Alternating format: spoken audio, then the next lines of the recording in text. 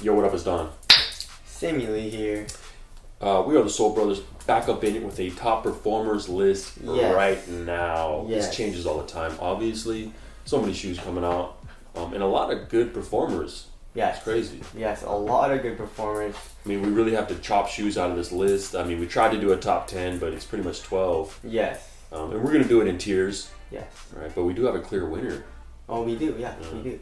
All right, so let's get it started off with the Under Armour Anatomic Spawn Low, $110, which is a really good price. Really good performer, and traction is on point, cushion is nice. Materials are like a foam back mesh with a lot of synthetic over it, which I wasn't a huge fan of. It feels pretty nice on foot, just because of that and the quality and stuff like that. That's why it's in the second tier.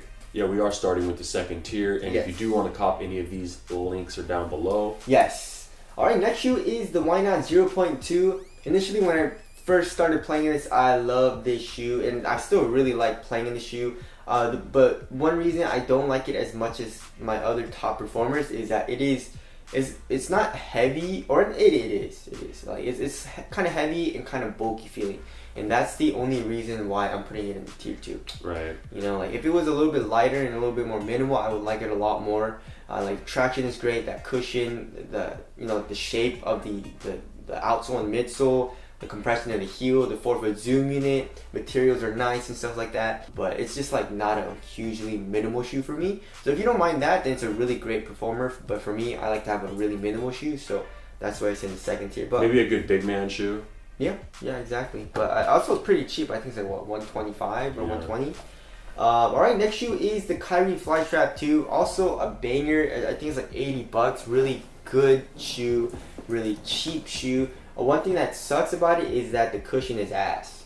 So if you want any kind of impact protection, your feet and your legs are gonna hurt. So, but other than that, the traction is nice. The materials are okay for an $80 shoe. It feels okay on foot. Fit is nice, and it has a really nice outsole curvature. So there's a Kyrie Flytrap 2 for you. I mean, for an $80 shoe to even be on the list is pretty crazy. Exactly. All right, next shoe is a $350 shoe, and that's the only $350 shoe. You guys already know. Escalated quickly. Exactly. It's in the second tier because the traction isn't on point on dust. Yeah.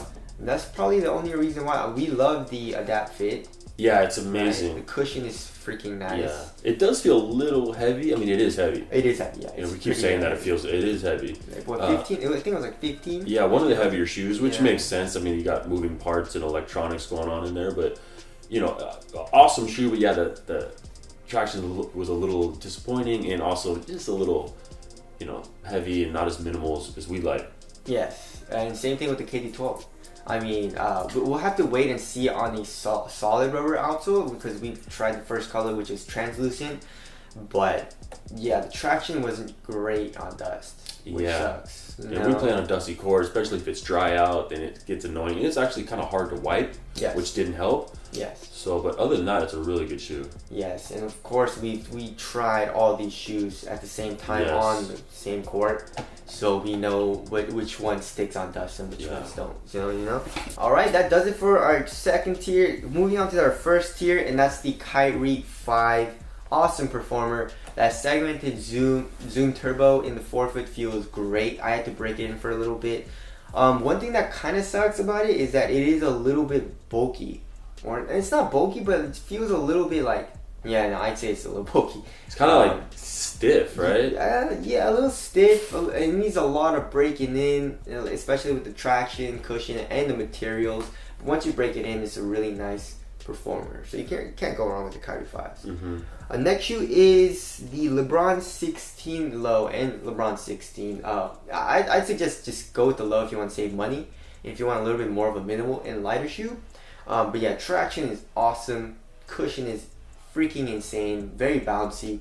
It does suck that the court feel isn't very good. So going from like a shoe that has really good court feel to like the LeBron 16 is like you definitely feel it. But if you only play in the LeBron 16, then you don't really notice it as much. Yeah. It's super expensive, $160 for the low and $185 for the regular.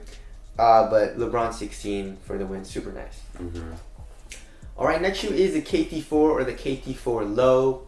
I'd suggest just go with the low. It's cheaper, feels a little bit lighter, better ventilation and stuff like that. If you guys want to watch the versus video, you guys can. But yeah, very very nice. Super comfortable cushion, really nice traction. It's a really good bang for your buck too, because the materials are very high quality. Feels very premium, but you get it for really cheap. All right, next shoe is the T-Mac Millennium. Yeah, also an expensive shoe, like the LeBron. Kind of, similar to LeBron. It's kind of it's a very supportive shoe. And there's a lot going on. The cushion is pretty crazy. And it's really expensive. But all those negatives, or a few negatives, don't, really put it in the trash can, because there's some stuff that's amazing. And if you're a big dude, it's a great big man shoe. The support is off the charts in that shoe. All right, next shoe is the Curry 6. That shoe is amazing to play in, but it sucks because the durability is not very good. Mm-hmm. And we've had a lot of people send in pictures of the defect of the outsole peeling off. But other than that, if that doesn't happen to you, the cushion is great. The traction is awesome. I love how minimal and thin the upper is and how easy it is to put on. And pretty cheap, $130. Yeah, great performance. Same thing goes for the Harden Volume 3. You guys already know. So there's that. But our favorite performer on this list has to be the PG3.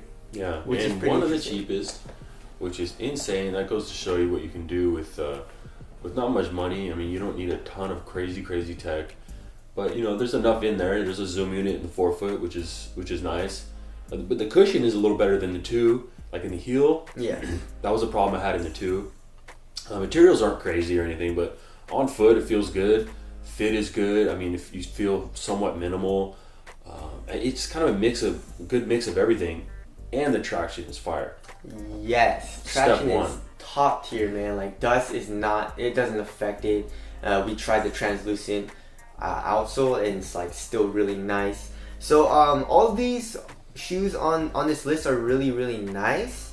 Obviously the first tier are our favorites, but even out of the first tier we still pick the PG3. Yeah. Like if I'm like, oh dude, I don't know what to play, and I'm like kind of contemplating what to bring to the court, I usually just go with the PG3s now. Yeah.